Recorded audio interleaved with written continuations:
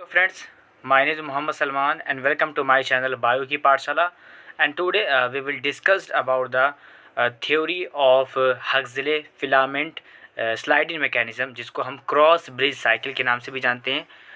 देखिए ये साइकिल क्यों परफॉर्म होती है. देखिए हमारी बॉडी के अंदर जब मसल कॉन्ट्रैक्ट में आती है या मसल आपने देखा होगा कि रिलैक्स में आती है, तो ये मैकेनिज़्म कैसे होती है. जैसा कि आपको पता होगा कि मसल को कॉन्ट्रैक्ट करने में, मसल को रिलैक्स करने में एक इम्पॉर्टेंट रोल जो होता है वो असल में वो मायोफाइब्रिल्स करते हैं. ठीक है, ये जो मायोफाइब्रिल्स जो होता है असल में ये कहाँ पर पाए जाते हैं. मैं आपको बता दूँ कि मायोफाइब्रिल जो होता है एक जो मसल्स बंडल्स होते हैं उनके अंदर एक छड़ की तरह, एक रॉड की तरह जो है एक जो है क्या नाम है मायोफाइब्रिल्स पाए जाते हैं. और इसमें दो तरह की कह सकते हैं कि फिलामेंट होते हैं. एक को हम बोलते हैं एक्टिन फिलामेंट जो कि ऊपर की तरफ देख रहे हैं. ठीक है, ये हो गया आपका एक्टिन फिलामेंट. और दूसरा ये जो है आपका होता है, इसको हम बोलते हैं मायोसिन फिलामेंट. तो इसके पहली वाली वीडियो में मैंने बताया भी था कि एक्टिन फिलामेंट्स कहाँ पर पाई जाती है मायोफाइब्रिल्स में, और इसमें कौन कौन सी डिस्क पाई जाती है. मैंने उसमें बहुत पूरा टोटल करके मैं हर चीज़ मैंने बताया है. लेकिन इस वीडियो में हम सिर्फ डिस्कस करेंगे कि जो मसल कॉन्ट्रैक्ट या रिलैक्स में आती है वो कैसे होता है. ठीक है, तो देखिए सबसे पहले यहाँ पर क्या लिखा हुआ है. नंबर 1 पॉइंट इस चीज़ को पढ़िए आप. इसमें लिखा हुआ है कि myosin head split ATP and becomes recognised and energised. तो ये क्या होता है कि जैसे ही कोई मॉलिक्यूल, अच्छा एक और मैं बता दूं, ये जो पर इसका स्ट्रक्चर मैं बता दे रहा हूँ कि ये जो हमारा इसको बोलते हैं एक्टिन बोलते हैं और इसको बोलते हैं मायोसिन बोलते हैं. ठीक है, इस मायोसिन के ऊपर आप देख रहे हैं ये वाला पोर्शन, इसको हम मायोसिन हेड कहते हैं. ठीक है, ये हो गया मायोसिन हेड. और इस मायोसिन हेड के पास जो है दो बाइंडिंग साइट होता है. एक होता है एक्टिन बाइंडिंग साइट, तो यहाँ पर मैं लिख भी दे रहा हूँ एक्टिन बाइंडिंग साइट. और दूसरा साइट होता है जिसको हम एटीपी बाइंडिंग साइट कहते हैं. ठीक है, हाँ, तो ये जो बाइंडिंग साइट होता है जैसे ही एक्टिन से ये जुड़ता है उसके बाद ये क्या हो जाती है, मसल कॉन्ट्रैक्ट में आ जाती है. लेकिन जैसे ही ये आप देखेंगे कि जो मायोसिन का हेड होता है इससे अलग हो जाता है तो मसल जो होती है हमारी रिलैक्स में आ जाती है. तो सबसे पहले क्या होता है कि myosin head spray ATP becomes recognise and energised. तो क्या होता है कि जैसे ही कोई भी क्या नाम है मायोसिन हेड के ऊपर एटीपी आकर के जुड़ता है, उसके बाद ये एटीपी जो होता है एडीपी और फॉस्फेट, इनऑर्गेनिक फॉस्फेट के अंदर जब कन्वर्ट होता है तब हम ये देखते हैं कि इसमें जो है एनर्जी आएगी. एटीपी जो है एक तरह का एनर्जी करेंसी कहते हैं. उस एटीपी का इस्तेमाल करके इसको एक्टिव स्टेज में लाया जाता है. किस चीज़ को, मायोसिन के हेड को. ठीक है, अभी देखते हैं मायोसिन हेड जो है बिल्कुल नज़दीक आ चुका है हमारे एक्टिन फिलामेंट के. ठीक है, अब जैसे ही क्या होता है कि इनऑर्गेनिक फॉस्फेट मॉलिक्यूल्स इस एडीपी से यानी कि इस बाइंडिंग साइट से अलग हो जाता है.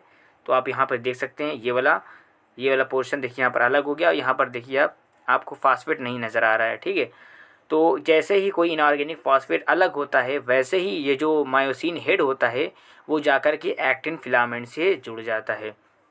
तो आप यहाँ पर देख भी रहे हैं कि जो एक्टिन फिलामेंट है वो क्या हो गया है, वो आकर के यहाँ पर जुड़ गया है. ठीक है, अब देखिए क्या होता है कि जुड़ने के बाद जब ये जुड़ जाता है तो यहाँ पर क्या लिखा हो, myosin head bind to the actin forming the cross bridge.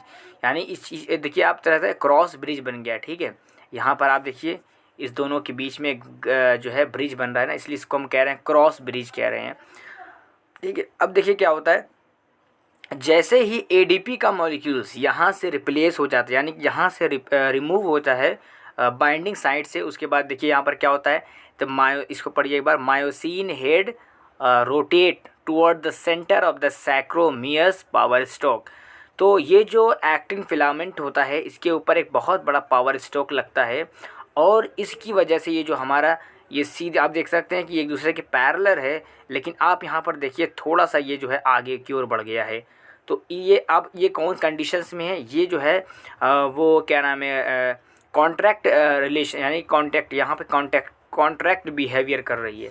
ठीक है, तो जो हमारा एक्टिन फिलामेंट होता है तो थोड़ा सा आगे की ओर बढ़ जाता है. किसकी वजह से, पावर स्टॉक की वजह से. तो myosin bind rotate toward the sacro. तो ये जो मायोसिन होता है असल में देखिए ये जो मायोसिन होता है ये वाला मायोसिन क्या लिखा हुआ है कि myosin head rotate toward the centre of the सैक्रोमियर.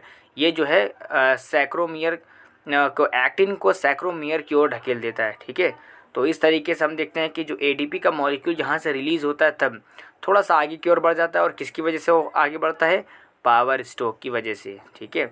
अब देखिए क्या होता है कि जैसे ही दोबारा कोई भी एटीपी, यहाँ पर क्या लिखा हुआ है इसको पढ़िए तो यहाँ लिखा हुआ है as myosin head ATP bind ATP the cross bridge and detect the from actin. जैसे ही कोई एक्टिन एटीपी का मॉलिक्यूल दोबारा से अगर हमारे जो बाइंडिंग साइट होता है, एटीपी बाइंडिंग साइट, वहाँ पर आकर जुड़ता है, तो हम ये देखते हैं कि जो मायोसिन का जो हेड होता है उस एक्टिन ब्रिज से हट जाता है, यानी कि अलग हो जाता है, डी अटैच हो जाता है, रिमूव हो जाता है वहाँ से। तो आप यहाँ पर देख सकते हैं, यहाँ पर तो जुड़ा हुआ है लेकिन यहाँ पर सेपरेट हो गया। यहाँ पर क्यों सेपरेट हो गया? क्योंकि यहाँ पर एटीपी का मॉलिक्यूल आकर के जुड़ गया है, ठीक है। तो जैसे ही एटीपी का मॉलिक्यूल जुड़ता है उसके बाद ये क्रॉस जो होता है वो क्रॉस ब्रिज जो बना होता है वो रिमूव हो जाता है, अलग हो जाता है। फिर से यही प्रोसेस होती है कि जैसे ही एटीपी फिर से एडीपी और एटीपी में कन्वर्ट हो जाता है, यानी कि myosin head split to ADP become the recognised and energised, energy form में हो जाता है। यानी कहने का मतलब ये जब एटीपी जो है एडीपी और इनऑर्गेनिक फास्फेट के अंदर कन्वर्ट होता है, इस प्रोसेस को हम बोलते हैं हाइड्रोलाइज्ड होना, ठीक है। और ये सबसे रेस्टिंग स्टेज होती है, यानी कि मसल का जो रेस्टिंग स्टेज होती है उसके अंदर जो बाइंडिंग साइट होता है एडीपी और प्लस इनऑर्गेनिक फास्फेट होता है, ये जो होता है एक तरह का रेस्टिंग पीरियड होता है। लेकिन जैसे ही यहाँ पर एडीपी या फिर एडीपी यहाँ से रिमूव हो जाता है, देखिए आप यहाँ पर एडीपी रिमूव हो गया, तो इस स्टेज को हम बोलते हैं कॉन्ट्रैक्टल स्टेज, ठीक है। तो इस थ्योरी को हक्सले नाम के एक साइंटिस्ट थे, उन्होंने इस क्रॉस ब्रिज का या कह सकते हैं इस साइकिल को उन्होंने प्रपोज किया था, इस मॉडल तैयार किया था। तो अगर ये वीडियो आपको पसंद आई है तो like share comment and subscribe ज़रूर कीजिएगा। Thank you so much for watching this video.